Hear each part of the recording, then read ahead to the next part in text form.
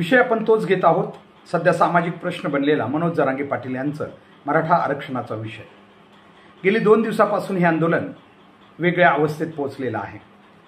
मनोज जरांगे पाटील यांनी शासनावर काही गंभीर आरोप केल्यानंतर शासनाने आता मनोज जरांगे पाटील यांना आणि समस्त आंदोलकांना एक प्रकारचा इशारा दिलेला आहे। या ठिकाणी आपण दोन्ही बाजू समजून घेण्याचा प्रयत्न करूयात।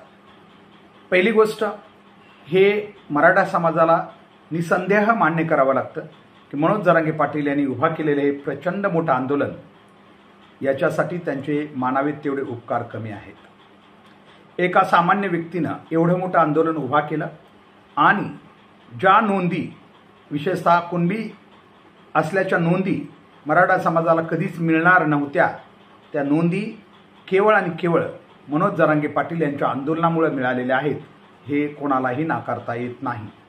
त्यामुळे मनोज जरांगे पाटील यांचे सदैव कायमस्वरूपी खरं तर एक व्यक्ती म्हणून त्यांना, मराठा समाजाला त्यांना त्यांच्या या कार्याची जी काही मान्यता आहे ती द्यावीच लागेल। आता प्रश्न हा आहे की आजपर्यंतचं आंदोलन आणि यानंतर आंदोलकातील काही लोक जे त्यांच्यावर आरोप करू लागलेले आहेत आणि एकीकडे मराठा समाज मात्र त्यांच्या मागं भक्कमपणे उभा आहे असल्याचं आपल्याला दिसतंय आज तरी। मात्र या ठिकाणी आपण काही बाबी समजून घेऊया। मी आता म्हणल्याप्रमाणे मनोज जरांगे पाटील यांचं योगदान 100% कोणालाही मानावंच लागेल, ते मान्य करावं लागतं। परंतु या ठिकाणी आम्हाला थोडंसं एक चिंता वाटते की काही गोष्टींची, ती म्हणजे एवढं मोठं आंदोलन उभा केलेलं असताना या आंदोलनाला शासन किंवा संबंधित लोकांना कुठल्या तरी मुद्द्याच्या आडून बदनाम करण्याची संधी अजिबात मिळू नये। कारण हे आंदोलन आता केवळ मनोज जरांगे पाटील या व्यक्तीपुरतं मर्यादित नाही, तर ते एक समाज म्हणून सध्या पुढे आलेलं आहे। आणि अशावेळी मनोज जरांगे पाटील यांच्यावर जे काही शासन किंवा इतर घटकाकडून आरोप होतील ते जवळजवळ समाजावर आरोप केल्यासारखं आहे। अशावेळी आम्हाला वाटतं की मनोज जरांगे पाटील यांनी या ठिकाणी काही गोष्टी लक्षात घेणं नक्कीच गरजेचं आहे। गरज यासाठी आहे की एवढं मोठं आंदोलन जेव्हा उभा आहे, अशावेळी केवळ आपले शब्द किंवा आपल्या काही वागण्याच्या कृती याच्यामुळं शासन किंवा संबंधित जे घटक आहेत, जे दबा धरून बसलेले हे आंदोलन मोडीत काढण्यासाठी, त्यांना अजिबात संधी मिळू नये या उद्देशानं। इथं भिवून म्हणून नाही, परंतु एक रणनीतीचा भाग म्हणून आणि त्यातली त्यात समाजाची प्रतिष्ठा आणि ज्या प्रतिष्ठेनं समाजाकडे बघितलं जातं आहे, हा सगळा भाग म्हणून काही गोष्टी पाळणं नक्कीच गरजेचं आहे। मला वाटतं मनोज जरांगे पाटील यांनी नक्कीच आपल्या बोलण्यावर, आपल्या शब्दावर या ठिकाणी नियंत्रण ठेवणं आता गरजेचं आहे। खरं तर हे खूप दिवसापासूनही गरजेचं होतं, परंतु आम्हाला आशा होती की आज ना उद्या याच्यावर थोडं नियंत्रण येऊन आपोआप ही गोष्ट तेवढीशी पुढे येणार नाही। मात्र झालं असं, मधल्या काळामध्ये मनोज जरांगे पाटील यांनी जे काही शब्द ज्या ज्या लोकांसाठी वापरले किंवा अलीकडच्या काळातही काही शिवीगाळ वगैरे करण्याचा प्रयत्न झाला, हे आयतं कोलीत प्रशासन किंवा संबंधित काही लोक ज्यांना हे आंदोलन बदनाम करायचं आहे, त्यांच्या हातात हे कोलीत मिळाल्यासारखं होऊ लागलेलं आहे। म्हणून आम्हाला असं वाटतं की याची गरजच नाही आहे। जर एखाद्याला आपल्या अशा गोष्टीमुळं संधी मिळत असेल तर मला वाटतं ते टाळणं खूप गरजेचं आहे। कारण हे आंदोलन इतक्या मोठ्या प्रमाणात उभा राहिलेलं आहे आणि अशावेळी शासनाला दुसरा पर्याय नाही। आता अशावेळी ते संधी शोधतायत की मनोज जरांगे पाटलाने कोणत्या शिव्या दिल्या, कशा दिल्या, याचा प्रचार केला जातोय। त्याचबरोबर त्यांनी आरेतुरेची वापरलेली भाषा याचाही प्रचार केला जातोय। अर्थात मग आम्हाला हेच म्हणायचं आहे की जर एखाद्याला ही संधी मिळत असेल किंवा मिळणार असेल किंवा आपल्याला ती कळतंय ते याचा फायदा घेऊ लागले, तर मनोज जरांगे पाटील यांनी आजपर्यंत ठीक आहे, पण यापुढे तरी आपल्या शब्दावर आणि आपल्या काही वागण्याच्या अशा कृतीवर ज्या समाजाला आणि सामान्यतः जनतेला आवडणार नाहीत, याच्यावर त्यांनी 100% नियंत्रण केलंच पाहिजे। कारण हे आंदोलन खूप पुढे जाणार आहे आणि आम्हाला पुन्हा एकदा सांगायचं आहे की हे आंदोलन केवळ मनोज जरांगे पाटलाचं, हे केवळ मराठा समाजापुरतं मर्यादित नाही आहे। उद्या इतर समाजात जी काही मनोज जरांगे पाटील आपल्या समस्या सोडवण्यासाठी तयार होणार आहेत, बहुजन समाजातील इतरही जण, कारण समस्या कधी मिटणार नाहीत. प्रत्येक जाती प्रत्येक धर्माच्या समस्या त्या ठिकाणी जगण्याच्या येणारच आहेत. त्या सोडवण्यासाठी मनोज जरांगे पाटील यांचं आंदोलन एक ज्याला आपण नमुना बनणार आहे किंवा हे एक प्रतीक बनणार आहे. अशावेळी त्यांनी याचा नक्कीच विचार केला पाहिजे. कारण आपण बघितलं असेल गेल्या 1-2 दिवसामध्ये 4 दिवसामध्ये काही त्यांच्या आंदोलनातील काही जे काही लोक होते ते बाहेर पडून त्यांच्यावर टीका करू लागले. त्याच्यातली पहिला व्यक्ती म्हणजे बारस्कर. आता हे बारस्कर जे आहेत सगळ्या जगाला माहिती आहे किंवा हे स्पष्ट आहे, त्यांनी जरी काही मुद्दे 2-4 घडलेले मुद्दे सांगून लोकांना बिंबवण्याचा प्रयत्न केला असला तरी त्यांचा हेतू मात्र नक्कीच प्रामाणिक नाही आहे. हे नक्कीच आहे. कारण का फक्त आपल्याला आंदोलनात पूर्ण किंमत दिली गेली नाही, त्यामुळे आंदोलनाला बदनाम करणं हा त्यांचा हेतू दिसतो. आणि हे करण्यासाठी त्यांनी काय केलं, मग 2-4 मुद्दे घेतले. हे त्याने असं केलं, इथं ते जवळच्या माणसाला, दररोज बरोबर राहणाऱ्या माणसाला एखादी दुसरी झालेली चूक ही मान्य असते किंवा कळत असते, त्याला माहिती असते. त्यामुळं फार विश्वासानं त्याला जवळच्या व्यक्तींना हे माहिती झालेलं असतं. मग अशावेळी त्यांनी त्याचं सार्वजनिकरण करणं अजिबात योग्य नाही. आणि तसंही मनोज जरांगे पाटलासोबत राहणारे हे जे काही लोक आहेत जे आता टीका करत आहेत, ज्यांना की तिथं आंदोलनात जे काही अपेक्षित त्यांना मान सन्मानाचं स्थान पाहिजे होतं ते न मिळाल्यामुळं मला वाटतंय ते आता हळूहळू आपापल्या परीनं, कारण प्रत्येक व्यक्तीला इगो असतो की मी आंदोलनात होतो मग माझंही तितकं स्थान पाहिजे, मनोज जरांगे पाटलांना सगळा महाराष्ट्रही करायला मग माझं का स्थान नाही, असं वाटणं त्यांना साहजिक आहे. आणि त्याच्यामुळे ते आता दूर जात आहेत. जाताना ते टीका करतायत. आता बारस्कर सारख्या लोकांना मला सांगायचं की त्यांनी सांगितलं, एक तर पहिली गोष्ट, संत तुकाराम महाराज हे आमच्या नुसतं महाराष्ट्राचे नाही तर ज्ञान आणि सत्य या बाबतीत ते जगाचे आदर्श आहेत. अंधश्रद्धा निर्मूलनामध्ये तर त्यांचं प्रचंड मोठं योगदान आहे. अशा संत तुकाराम महाराजाबद्दल बारस्कर म्हणतात, मला खूपच राग आला. तर त्या बारस्करांना आमचाही एक प्रश्न आहे. ठीक आहे, मनोज जरांगे पाटील आंदोलनाच्या त्यांच्या मानसिक अवस्थेत बोलले असते, ते नाही बोलायला पाहिजे होतं, हे बी ठीक आहे, पण त्यांनी माफी बी मागितली मला वाटतं जर बोलले असतील. पण बारस्कर तो बावगेश्वर म्हणून जो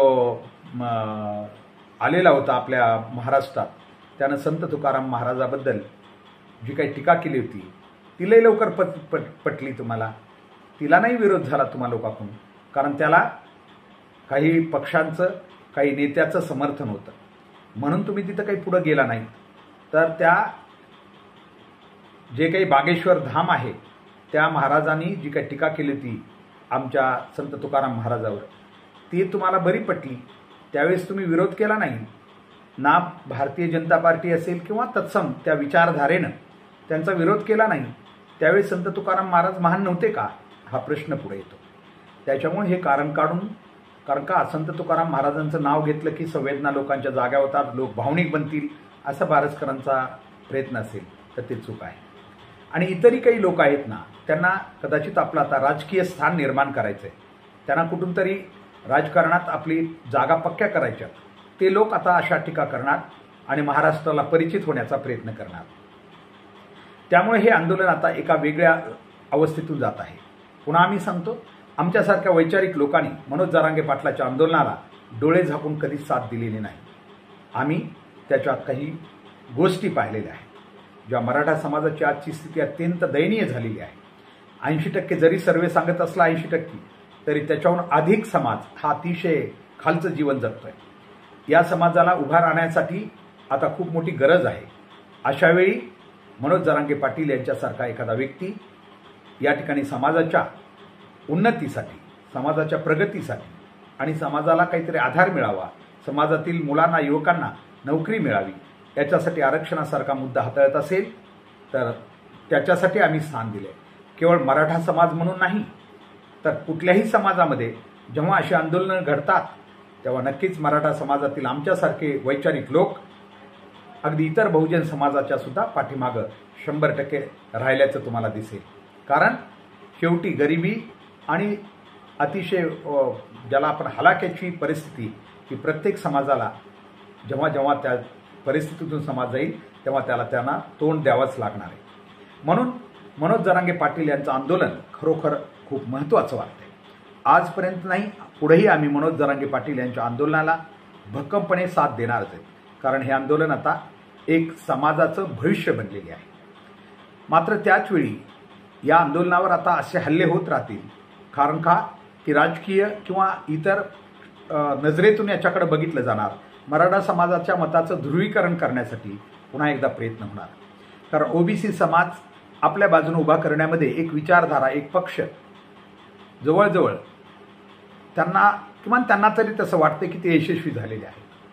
आता पुढचा काळ आहे, आणखी निवडणुका यायच्यात, आणखी प्रत्यक्ष निवडणुकीच्या मतदाना दिवशीपर्यंत अनेक घडामोडी होणार आहेत. त्यावेळी कळेल आपल्याला की खरी काय स्थिती ती. खरं तर महाराष्ट्रात गेली 1 वर्षापासून या पक्ष फोडाफोडी किंवा या बाकी बाबतीत जी अराजकता निर्माण झालेली आहे ती झाकाझाकी करण्यासाठी मराठा आंदोलनाचा सुद्धा वापर केला जाण्याची शक्यता आहे. अशावेळी मनोज जरांगे पाटलांना आमची पुन्हा एकदा विनंती. आजपर्यंत आम्ही आत्ता जसं म्हटलं, काही लोक बी म्हणत आहेत की त्यांना सल्ले दिल्यानंतर असं वाटू नये की कुठंतरी या आंदोलनाला म्हणजे मागं पुढे हे होण्याचा प्रयत्न होतो. म्हणून खरं तर आम्हाला असं वाटत होतं की छगन भुजबळ यांच्यासारख्या विषयाला सतत मनोज जरांगे पाटील यांनी घेण्याची गरज नव्हती. त्याच्यामध्ये खूप समाजाचा म्हणा किंवा या आंदोलनाचा खूप वेळ आणि बाकी गोष्टसुद्धा खर्च झालेली आहे. त्याच्यापेक्षा त्यांना बाजूला सारून आणि योग्य भाषेचा वापर करत करत आपण आपल्या उद्दिष्टापर्यंत जायला काही हरकत नाही आहे असं आम्हाला वाटतं. त्यामुळे इथून पुढे तरी त्यांच्या जवळच्या असणाऱ्या काही अतिशय जवळच्या काही ज्यांचं ते मानतात अशा सल्लागारांनी सुद्धा नक्कीच त्यांना चांगले सल्ले दिले पाहिजेत. कारण का की त्यांच्या रागाच्या भरात आणि त्यांनी बरेचसे लोक म्हणतात की ते ऐकत नाहीत. तर अशा माणसानं ज्याच्या मागे समाज प्रचंड मोठ्या प्रमाणात उभा राहिलेला आहे, ज्याच्या मागं समाजाचं भविष्य दडलेलं आहे, त्यांनी आपला हेकेखोरपणा सुद्धा सोडला पाहिजे. जर असेल तर सोडला पाहिजे. मी ऐकणारच नाही असं जमणार नाही. एखादा निर्णय घेतला आणि जसं की काल ते पुण्याकडे जाताना जेव्हा समाजानं त्यांना अडवायचा प्रयत्न केला तेव्हा त्यांचं काम आहे मनोज जरांगे पाटलांचं सुद्धा की जर एवढा मोठा समाज माझाच मला अडवत असेल तर याचं कारण काय आहे? याचं कारण एकच आहे, हे मोठं आंदोलन चिरडून टाकण्याची सरकारला संधी मिळू नये म्हणून कदाचित समाज बांधवांनी त्यांना आडवं येण्याचा प्रयत्न केला असेल आणि आज बी काही लोक त्यांना सांगण्याचा प्रयत्न करत आहेत. अशावेळी त्यांनी महत्त्वाचं मत आहे ते लक्षात घेणं खूप गरजेचं आहे. मला वाटतं तरच आंदोलन हे पुढे जाऊ शकेल. नसता या आंदोलनाला आता अतिशय ज्याला आपण अस्ताव्यस्त करण्यासाठी राजकारणातले सर्वच घटक, मी म्हणेन सत्ताधारी आणि विरोधक सुद्धा, कारण विरोधकातील विरोधी पक्ष नेता सुद्धा काही वेळा एखाद्या वेळी जरांगे पाटलांच्या भूमिकेशी सहमत असतो तर कधी कधी त्यांच्या विरोधातही तो बोलतो की जरांगे पाटील आता हार्दिक पटेल होतील वगैरे वगैरे. म्हणजे या ठिकाणी आपल्याला लक्षात आलं पाहिजे जेव्हा वेळ येईल तेव्हा हे सगळे राजकारणी एक होण्याची शक्यता आहे. मराठा आंदोलन संपवण्यासाठी यांचा डाव असू शकतो आणि मला वाटतं माझं व्यक्तिगत मी या ठिकाणी सांगतो मनोज जरांगे पाटलांनी पहिली लढाई लढलेली आहे, जिंकलेली आहे आणि अशावेळी त्यांनी आता ब्रेक घेणं खूप गरजेचं आहे. कारण का की एकाच दमामध्ये सगळे प्रश्न कधी सुटणार नाहीत. तसा प्रयत्न केला तर सगळी अस्ताव्यस्तता होईल. खरं तर सगळे सोयऱ्यांचं हे मागण्यापेक्षा नीट माझं समजून घ्यावं त्यांनी. सगळे सोयरे यांच्यासाठी हे आरक्षण मागण्यापेक्षा जे सध्या ज्यांच्या नोंदी आहेत त्या नोंदी असलेल्या लोकांनाच आणखीन प्रमाणपत्र मिळालेले नाहीत याच्याकडे आपलं लक्ष कधी जाणार आहे? आपण दुसरीकडेच आहे. कारण नोंदी मिळालेल्या आहेत त्यांना आणखीन त्यांच्या आजोबा आणि पंजोबा यांच्यातील रिलेशन किंवा ज्या आपण वंशावळीच्या नोंदी आहेत त्या सापडत नसल्यामुळं अधिकारी सध्या प्रमाणपत्र देत नाहीत. या गोष्टी ज्या अति महत्त्वाच्या आहेत मिळालेल्याच आणखीन शासन द्यायला जर जे कांकू करत असेल, आडेवेडे घेत असेल तर त्याच्यावर त्यांनी जास्त फोकस केला पाहिजे. कारण तर एक लढाई पूर्ण होणार आहे. नसता सगळं अर्धवट होऊन जाईल. कारण का की ज्यांच्या नोंदी मिळाल्या आहेत, पुन्हा मी सांगतो जबाबदारीनं, एक तर असंख्य गावं आहेत त्यांच्या नोंदीच मिळालेल्या नाहीत आणि ज्या गावच्या नोंदी मिळालेल्या आहेत त्या गावच्या नोंदी मिळून सुद्धा त्या लोकांना प्रमाणपत्र मिळालेले नाहीत. यावर मनोज जरांगे पाटील यांनी अगोदर आपलं लक्ष केंद्रित करावं. कारण का आपण मोठी लढाई लढलेला आहात. तुमच्यामुळंच समाजाला ओबीसी मधलं कुणबी समाजाचं आरक्षण मिळालेलं आहे. त्याला ज्याला की कोणीच आता अडवू शकत नाही. चाहे या गोष्टीला कोणीच अडवू शकत नाही.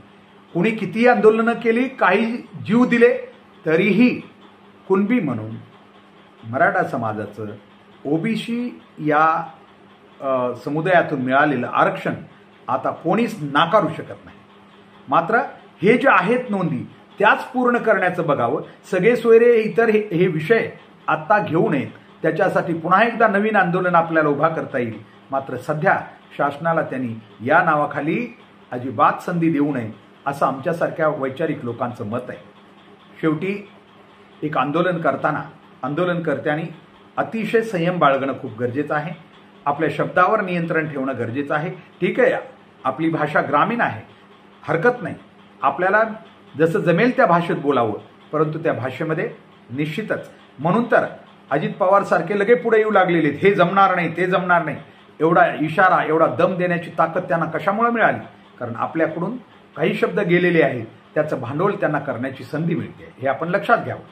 म्हणून आमची विनंती आहे माननीय मनोज जरांगे पाटील आणि त्यांच्या जवळच्या अतिजवळच्या सहकाऱ्यांना की आपण आता पहिली लढाई जी आहे या ठिकाणी, याच्यात काही कमीपणा नाही आपला, अजिबात नाही. आपण केव्हाच जिंकलेला आहोत. आपण जेव्हा कुणबी म्हणून मराठवाड्यातील ज्या नोंदी सापडलेल्या आहेत ते केवळ मनोज जरांगे पाटील यांच्यामुळे सापडलेले असल्यामुळं एक लढाई जिंकलेली आहे. आता याच्यात मान अपमानाची काही गोष्ट मराठा समाजासाठी आणि मनोज जरांगे पाटलासाठी राहिलेली नाही.